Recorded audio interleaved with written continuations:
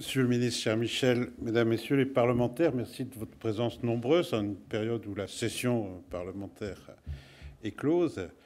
Mesdames, Messieurs les élus, Messieurs les préfets, Monsieur le directeur général, Mesdames, Messieurs, la présentation des résultats de la Direction générale des douanes est un rendez-vous annuel. Mais je ne crains pas de me répéter car les missions des douanières et leurs enjeux évoluent rapidement. Les résultats de l'année 2016 doivent être regardés dans leur ensemble. Ils sont bons dans tous les secteurs. Ils se traduisent même par des records historiques.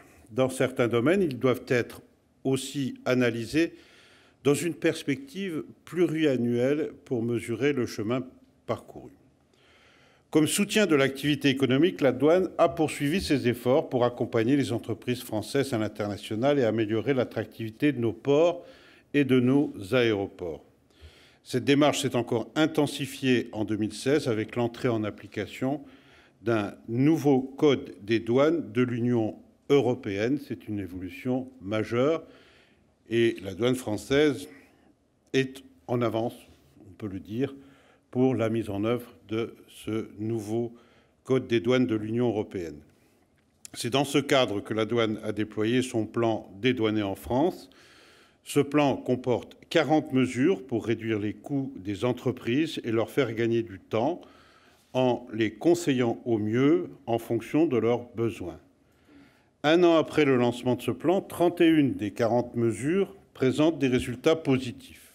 La douane a ainsi renforcé ces fameuses cellules de conseil aux entreprises, notamment en direction des PME. Elle a aussi créé le service Grand Compte avec ses 4 centres d'expertise à Nantes, Toulouse, Lyon et Rouen pour accompagner les grands groupes. Ce service est déjà l'interlocuteur unique de 67 groupes rassemblant près de 300 sociétés. La douane française est également la seule administration douanière européenne à avoir mis en place le dédouanement centralisé, prévu par le nouveau code pour centraliser les déclarations dans un seul bureau de douane, quels que soient les points d'entrée des marchandises. Cette mesure ne sera effective dans le reste de l'Europe qu'en 2020. Près de 200 demandes sont d'ores et déjà en cours d'agrément. Nous constatons même qu'avec un interlocuteur unique pour les formalités, certaines entreprises songent à rapatrier leurs flux physiques en France. La douane s'est donc engagée dans une véritable reconquête du dédouanement. Elle développe également ses partenariats avec les entreprises fiables qu'elle audite, à la fois pour renforcer la sécurité des échanges et accélérer les flux des entreprises. Celles-ci bénéficient du statut d'opérateur économique agréé, le fameux OEA, statut qui est la clé des échanges à venir. Avec les pays avec lesquels nous avons des accords de reconnaissance mutuelle de ce statut, je songe notamment à la Chine ou aux États-Unis, ces OEA passeront en priorité. Là encore, la douane prépare les entreprises et se situe en 2016 au 2e rang européen avec plus de 1600 statuts d'OEA délivrés, ce qui représente plus de 80% de notre commerce extérieur. Enfin, au titre de 2016, n'oublions pas l'autoliquidation de la TVA à l'importation, qui est désormais ouverte à toutes les entreprises qui respectent toutes les entreprises, mais seulement celles qui respectent leurs obligations fiscales et douanières. Nous avons eu quelques allers-retours au Sénat, Madame la Présidente, vous en souvenez, et uniquement celles qui sont capables de tracer cette TVA auto-liquidée. L'auto-liquidation ne doit pas accroître le risque de fraude à la TVA. Ce dispositif leur permet immédiatement de bénéficier de la déductibilité de la taxe. Il a déjà séduit plus de 4 500 entreprises pour un montant de 3,3 milliards d'euros. Au titre maintenant de sa mission fiscale, la douane présente également de très bons résultats. En 2016, elle enregistre un record historique avec 76 milliards d'euros perçus. C'est une hausse de 8%, liée notamment à la TICFE, la taxe intérieure sur la consommation finale d'électricité, qui pèse 8 milliards d'euros et dont le recouvrement a été confié à la douane.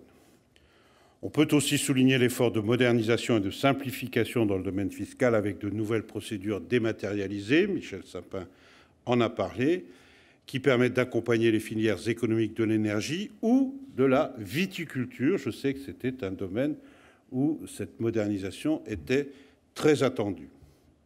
La douane peut ainsi offrir une meilleure qualité de service, mais également se concentrer sur les contrôles. Là encore, on voit l'imbrication efficace entre la mission économique et la mission de protection de la douane. En matière de lutte contre la fraude, dans le champ de la fiscalité douanière, la douane réalise un record historique avec une hausse de plus de 10% des résultats en 2016, qui correspondent à 415 millions d'euros redressés. Il y en avait 377 en 2015.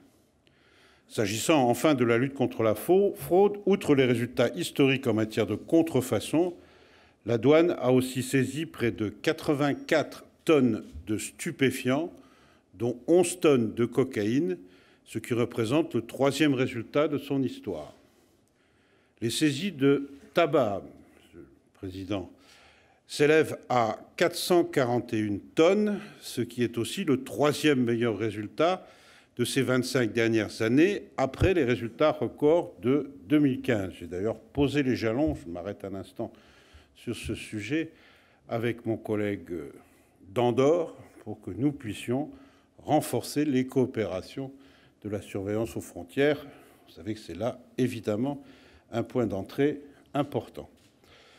En 2016, la douane a également travaillé au développement du projet PNR, le fameux Passenger Name Record, dispositif qu'elle héberge à Roissy et qui sera utilisé par tous les services. Je salue d'ailleurs l'action de la France et particulièrement de l'ancien ministre de l'Intérieur, devenu aujourd'hui Premier ministre, qui a non pas imposé, mais rallié l'ensemble des pays européens à la mise en œuvre du PNR. Vous savez toutes les difficultés que cela a pu représenter. Aujourd'hui, les tests progressent. 41 compagnies aériennes sont d'ores et déjà raccordées au système, ce qui représente 80% des flux extracommunautaires et 40 millions de voyageurs par an.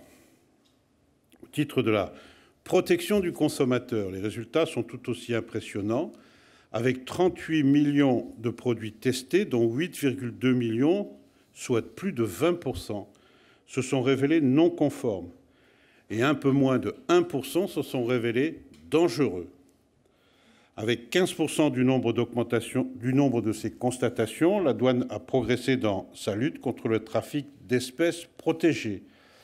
Elle lutte aussi activement contre les trafics de biens culturels, ça vient d'être rappelé, et porte une attention particulière aux objets provenant des zones de guerre, comme le montre la saisie de bas-reliefs syriens à Roissy en septembre dernier.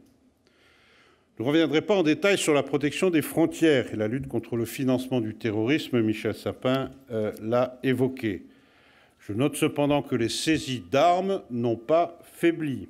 860 armes à feu ont été saisies en 2016, c'est-à-dire à peu près le même niveau que les saisies de 2015.